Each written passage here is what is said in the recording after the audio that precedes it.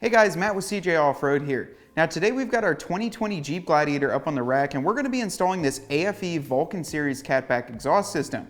Now what I like about aFe, especially their exhaust systems, is that most of them are constructed out of a 304 stainless steel material. This one here in particular is constructed out of a durable 304 and is going to last for a very long time. Here in Pennsylvania and many other states, we suffer from the abuse of salt on the roads in the winter and many other debris that can cause the exhaust and our vehicles to corrode.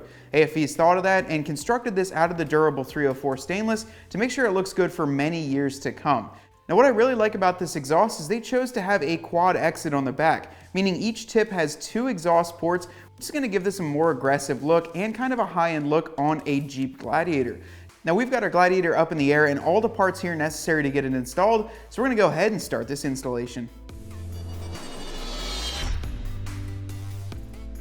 Alright guys, so we're underneath our Jeep and the first step is to remove your factory exhaust. Now as you can see, we've already pulled ours out and we're going to show you a short clip now on how to do the same to yours.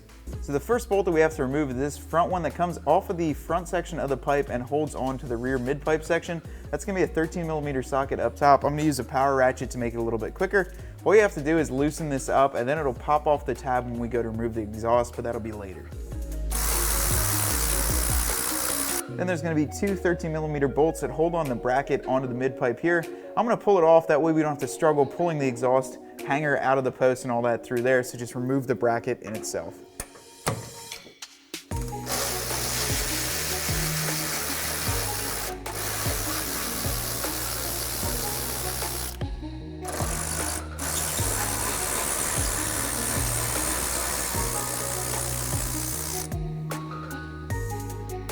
Okay, now what we'll do is remove the last two bolts that hold on the muffler section of the exhaust. You don't need to do the center section, just the rear and the front.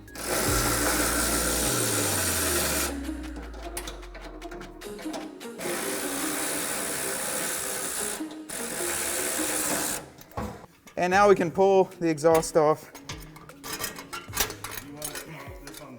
Okay guys, so the next step in this process would be to drop the spare tire, the tire shield, and then lower the bolt on the track bar in order to get this exhaust off and keep it in one piece. In our case, we're not going to be going back to stock anytime at all, so we're just going to go ahead and sawzall it right off to make it easier for us. But if you guys do want to keep this in case you ever want to go back to stock, make sure to drop the rear tire, drop the heat shield on that tire, and then just lower the lower bolt of the track bar. Pull that off and then it should slide all through for you, but we're just going to hack it up and get rid of it. So if you got the entire factory exhaust removed, the first piece we're going to start with is this aFe adapter piece. This is going to allow this bulb flange to go onto the factory exhaust and adapt it up to a 3-inch exhaust fitting. First thing we're going to do is slide it over and utilize the factory band clamp.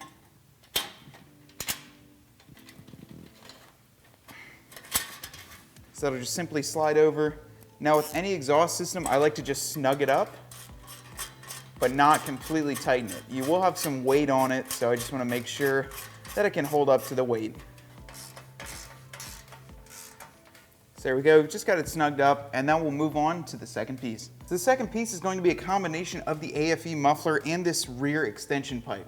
Now make sure you put two 3-inch band clamps on this prior, and then we're going to slide that over the front clamp, while in the back here, making sure that the post goes through the factory stud. This is a little bit tricky, to be honest, guys, but trust me, it can be done.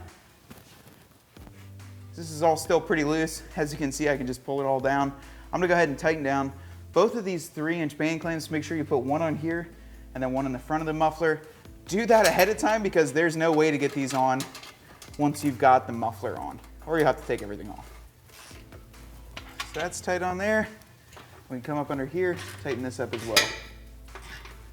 And that's just snug so it holds it. You can see we can still rotate it just a little bit, but we want to make sure that we have just some different leverage angles that we can get the rest of the exhaust on. Next piece is going to be the over the axle piece that goes into the dual exit. You're going to work this from the front of the vehicle towards the back. It'll go over your spare tire, and then the rod will go through the hanger at the same time as you're putting it onto the front pipe.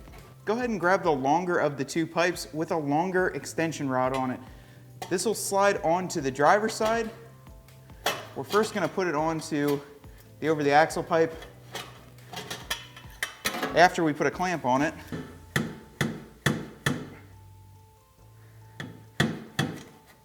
Once you have the pipe on, tighten down the 2.5-inch band clamp you previously installed.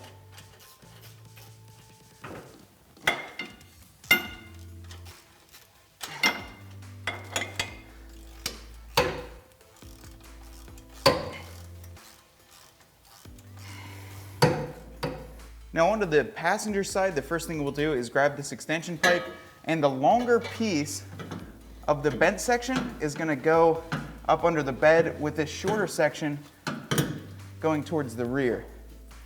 Make sure you slide in a band clamp also. Put this all the way on, and we'll get that band clamp over there. So to get the exhaust hanger that aFe includes, all you have to do is slide the nut clip into the frame rail and then use the included bolt. Now that's going to come with an attached rubber hanger which is going to go on the passenger side and allow you to run the dual exit. Last thing you need to do is slide this straight pipe extension onto this axle piece, and then that's going to go through the back of the rubber hanger.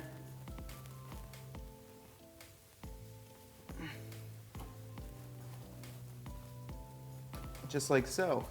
And then the last step after all this, before we put the tips on, is actually to go back and get all those band clamps tightened down. We'll get this one tightened, the one over the axle, everything all tightened down, and then we put the tips on and finish up the install. And then the last step is to slide your aFe quad tip on either side and get that tightened up with a 2.5-inch band clamp. Now you can adjust how far out or how far in these stick to really give it a personal touch. After you get this tightened up, repeat the exact same process on the other side, and that'll complete your installation for the aFe Vulcon Series catback exhaust for your brand new Gladiator.